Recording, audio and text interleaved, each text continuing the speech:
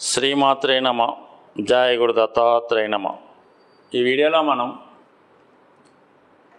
September 1వ తారీఖు నుంచి 30వ తారీఖు మధ్యలో జరగబోయే మాస ఫలితాలు మకర రాశి వారికి ఏ విధంగా ఉండబోతున్నాయి అన్న విషయాన్ని మనం ఈ వీడియోలో తెలుసుకునే ప్రయత్నం చేద్దాం. మరి ఈ నెలలో ముఖ్యమైనటువంటి మార్పులు గమనిస్తే 6వ స్థానంలో కుజగ్రహం, 8వ స్థానంలో బుధ రవి, భాగ్యస్థానంలో శుక్రుడు. అయితే ఈ శుక్రుడు భాగ్యస్థానం అన్నది ఈ మకర రాశి వారికి ఒక అదృష్టం లాంటిది, కేతువుతో కలిసి ఉండడం వల్ల ఒక దురదృష్టం లాంటిది. అయితే ఈ వారం ఈ నెలంతా కూడా కుజుడు 6వ స్థాన సంచారం వల్ల జాతకుడు శత్రువులపై విజయాన్ని సాధిస్తాడు. ఎటువంటి కోర్టు సమస్యలు, ఆర్థిక లావాదేవీలు, పోలీస్ స్టేషన్లో ఇబ్బందులు లాంటివి ఉన్నా దాని నుంచి బయటపడే అవకాశం ఉన్నది. ఎవరైతే నిరుద్యోగులు ఉద్యోగ అవకాశాల కోసం ప్రయత్నం చేస్తున్నారో, అంటే ఎక్కువగా పోటీ ఉన్నటువంటి ఉద్యోగాలు, పోలీస్ డిపార్ట్మెంట్ అవ్వచ్చు, క్రీడా రంగం లాంటిది అవ్వచ్చు, ఎక్కువ మంది పాల్గొని అందులో కొద్ది మందికి మాత్రమే అవకాశం ఉంటుంటారు. సెలక్షన్ కొద్దిగా ఈ నేవీ అని, మిలిటరీ అని వాటి సెలక్షన్ చేస్తూ ఉంటారు. సో ఈ మధ్యకాలంలో కొన్ని ఉద్యోగాలు కూడా ఏదో ఒక 100 ఉద్యోగాలు ఉంటే 1000 మంది రావడం జరుగుతుంది. కాబట్టి అటువంటివి ఈ జాబ్ మేళా లాంటిది ఏమన్నా జరిగినప్పుడు ఈ మకర రాశి వారికి 100కి 100 పాళ్ళు అందులో సక్సెస్ అయి విజయ అవకాశాలు, ఉద్యోగ లాభం కలిగే అవకాశం ఉంది. సాధ్యమైనంత వరకు ఇది సాఫ్ట్వేర్ రంగంలో ఉద్యోగులకి ఇది వర్తించకపోవచ్చు. అదర్ దెన్ సాఫ్ట్వేర్లో ఉద్యోగం ప్రయత్నం చేస్తున్న వారికి ఇది అనుకూలంగా ఉంటుంది. అది ఆర్టీసీ కానీ, రైల్వే కానీ ఇటువంటి వాటికి కూడా విజయ అవకాశాలు ఉన్నాయి. మరి శుక్రుడు కూడా అదృష్ట స్థానంలో ఉండడం, అంటే కుజుడు విజయానికి కారణమైతే శుక్రుడు అదృష్టం ఇస్తూ ఉంటాడంటే మకర రాశి వారికి శుక్రుడు యోగకారకుడు. అటువంటి యోగకారకుడు భాగ్యస్థానంలో వీక్ అయి ఉన్నాడు. అది కేతువుతో కలిసి ఉండడం, ఇవన్నీ కొంతవరకు ఏమవుతుందంటే ప్రయత్నం గట్టిగా చేయడమాట. అదృష్టం అవకాశం ఉన్నప్పుడు కూడా ప్రయత్నం సరిగ్గా చేయకపోవడం వలన ఏదో విధినే నమ్ముకున్నట్టు అదృష్టం ఉంటే అదే వస్తుంది అని అనుకుంటే మాత్రం ఖచ్చితంగా సంపాదించే అవకాశం లేదు. వచ్చిన అవకాశం కాళ్ళు దన్నుకున్న వాళ్ళు అవుతారు. కాబట్టి ఖచ్చితంగా ఉద్యోగ ప్రయత్నంలో గట్టి ప్రయత్నం చేయండి.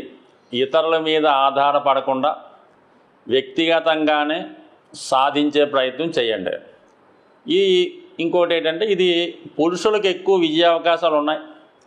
స్త్రీలు అంటే శుక్రుడు బలహీనం అవడం వలన, కేతువుతో కలిసి ఉండడం వలన స్త్రీలకి కొంతవరకు ఎంత కష్టపడ్డా విజయం దగ్గరికి వచ్చి మిస్ అవ్వడం కానీ, సమయానికి ఏదో ఇబ్బంది కలగవచ్చు, అనారోగ్య సమస్య కావచ్చు, వేరే ప్రాబ్లం వల్ల కావచ్చు, ఆ ఇంటర్వ్యూకి అటెండ్ అవ్వలేకపోవచ్చు, వచ్చినా కూడా దాన్ని స్వీకరించే విధంగా ఫిట్నెస్గా లేకపోవచ్చు. ఈ కారణం వల్ల స్త్రీలు కొంతవరకు ఎక్కువ శ్రమ పడవలసి ఉంటుంది. దాని అభివృద్ధి కొరకు వాళ్ళు తగిన పరిహారం కూడా చేయించుకుంటే వారికి అవకాశం ఉంది. బట్ ఏదైనా కుజుడు అనుకూలంగా ఉన్నాడు అంటే ఎప్పుడన్నా సరే ఈ మకర రాశే కాదు, ఏ రాశి వారికన్నా పాపగ్రహాలు దుస్థానాల్లో ఉంటే విపరీత రాజయోగమై మంచి అదృష్టం కలుగుతుంది.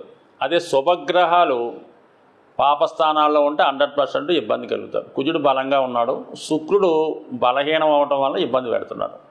అయితే 8వ స్థానంలో కూడా రవి బుధులు, ఇది కూడా ప్రభుత్వ అధికారుల నుంచి వ్యతిరేకత, అధికారంలో ఉన్న వాళ్ళకి ఇబ్బందులు, ఇటువంటి కొన్ని సమస్యలు వచ్చే అవకాశం ఉంది. ముఖ్యంగా ఆర్థికపరమైనటువంటి ఇబ్బందులు ఎక్కువగా వచ్చే అవకాశం ఉంది. సడన్గా అనుకోని ఖర్చులు వస్తాయి.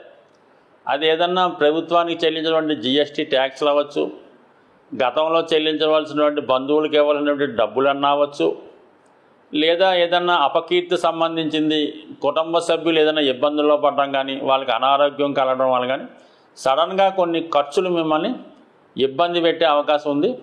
అయితే కొన్ని అనుకోని శుభాలు మంచి జరగవచ్చు, బట్ ఏదైనా సడన్గా జరిగే అవకాశం ఉన్నది. ఇక జాతకుడు వ్యక్తిగతంగా ఎక్కువ శ్రద్ధ పెట్టాలి. ఏ పని మీదన్నా పోస్ట్పోన్ మెంటాలిటీ ఎక్కువ. ముఖ్యంగా విద్యార్థులు చాలా ఉత్సాహంగా వ్యవహరించవలసి ఉంటుంది. ఎక్కువ టైము నిద్రపోవాలనిపిస్తూ ఉంటుంది. ఎంత చదివినా మర్చిపోవడం జరుగుతూ ఉంటుంది. బద్ధకం పెరుగుతూ ఉంటుంది విద్యార్థులకి. ఆ కారణం వల్ల ఏంటంటే మరి పరీక్షలు లాంటివి దగ్గరికి వస్తున్నప్పుడు ఖచ్చితంగా కష్టపడి చదవాలి. ఎందుకంటే శని 2వ స్థానంలో ఉంటూ ఈ అష్టమాన్ని చూస్తున్నాడు. ఎప్పుడైతే బుధుడి మీద శని దృష్టి పడిందో జాతకుడికి జ్ఞాపక శక్తి తగ్గిపోతూ ఉంటుంది. సమయానికి గుర్తు రాకపోవడం జరుగుతూ ఉంటుంది. ఈ కారణం వల్ల చాలా ఇబ్బంది పడుతూ ఉంటాడు. అలాగే జాతకుడికి ఈ నెలలో కుటుంబపరమైన భారం ఎక్కువ పెరిగే అవకాశం ఉంది. ఆర్థిక సమస్యలు చాలా వరకు మిమ్మల్ని ఇబ్బంది పెడతా ఉంటాయి.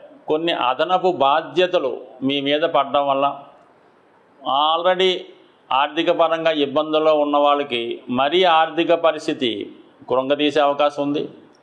ధనం సమయానికి వస్తుందనుకున్నది సమయానికి రాకపోవడం వల్ల తిరిగి మీరే వారికి సహాయం చేయలేని పరిస్థితి ఏర్పడుతూ ఉంటుంది. ఈ కారణం వల్ల చాలా వరకు మరి ఈ నెలలో జాతకుడు ఫైనాన్స్ ప్లానింగ్ కరెక్ట్గా వేసుకోవాలి.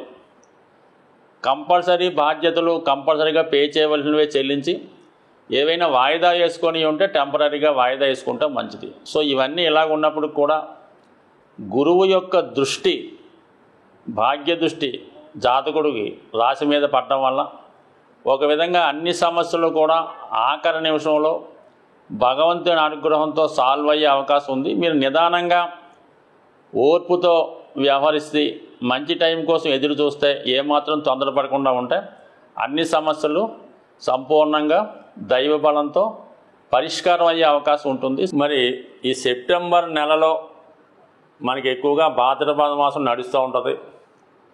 ఎక్కువ మంది కొద్దిగా హెల్త్ పరంగా ఇబ్బంది పడుతుంటారు రాసులతో సంబంధం లేకుండా. అటువంటి వారికి, అలాగే విద్యార్థులు, వ్యాపారస్తులకు కూడా చాలా వరకు వ్యాపారం సరిగ్గా నడకపోవడం, విద్యార్థులు దేని మీద శ్రద్ధ పెట్టలేకపోవడం, వ్యక్తిగతంగా కూడా ప్రతి వ్యక్తి కూడా ఏది చేద్దామన్నా కూడా ఒక శక్తిహీనుడై ఉంటుంటాడు. అటువంటి వాళ్ళ జీవితాన్ని మార్చి మళ్ళా సరికొత్తగా నూతన జీవిత ప్రారంభంగాను కొత్త జీవితానికి నాంది వాక్యంగా మనకి సెప్టెంబర్ నెల ప్రారంభంలోనే మరి సెప్టెంబర్ 7వ తారీఖున శనివారం రోజు వినాయక చవితి రాబోతుంది. సో ఈ వినాయక చవితి అన్ని రాసుల వారు కంపల్సరిగా పాటించవలసి ఉంటుంది. విధి విధానంగా మీరు ఆ రోజు కథ విన్నా వినకపోయినా వినాయకుని దర్శనం చేసుకొని అందులో పాల్గొని వినాయకుని అక్షింతలు మరి తల మీద ధరించడం వల్ల అందరికీ తెలిసిన విధంగానే నిందలు రాకుండా ఉంటాయి, అపవాదులు రాకుండా ఉంటాయి. దాన్ని చేసుకోవడం వల్ల మీరు ఏంటంటే ప్రస్తుతం ఎక్కడైనా సరే ఈ నిందలు అపవాదులు ఆర్థికపరమైన సమస్యల నుంచే వస్తుంటాయి. మరి ఈ నెలలో వచ్చే వినాయక చవితి మీరు విధి విధానంగా చేసుకుంటే ఆర్థిక సమస్యల నుంచి బయటపడతారు. ఎటువంటి అపవాదులు నిందలు రాకుండా ఉంటారు. అంటే శనివారం రోజు రావటం వల్ల శనిగ్రహ అనుగ్రహానికి పాత్రులవుతారు. 7వ తారీఖు రావడం వలన కేతుగ్రహ అనుగ్రహానికి పాత్రులవుతారు. అంటే విఘ్నేశ్వరుడు ఆరాధనతోనే కేతువు సంతృప్తి చెందుతూ ఉంటాడు. సో ఏదైనా ఆశ నిరాశ కేతువు ఎంతసేపు కూడా తలలేని కేవలం మొండెం కాబట్టి కేతువు ఎప్పుడు హృదయంతో ఆలోచిస్తుంటాడు, మంచి మనసును కలిగి ఉంటాడు. ఎవరి జీవితంలో కేతువు డామినేట్ చేస్తాడో వాళ్ళు చక్కని ఆధ్యాత్మికవేత్తలుగా, ఎటువంటి మాయమన్మం లేని వ్యక్తులుగా జీవితంలో బాగా రాణించగలుగుతుంటారు. కేతు ఆశీస్సులు ఉంటేనే ప్రభుత్వ ఉద్యోగం సంపాదించడం కానీ విద్యలో ప్రతిభ సాధించడం జరుగుతూ ఉంటుంది. అటువంటి కేతుగ్రహ అనుగ్రహం కోసం ప్రతి ఒక్కరూ కూడా ఈ నెలలో వస్తున్నటువంటి వినాయక చవితిని 100% ఆచరించాలి.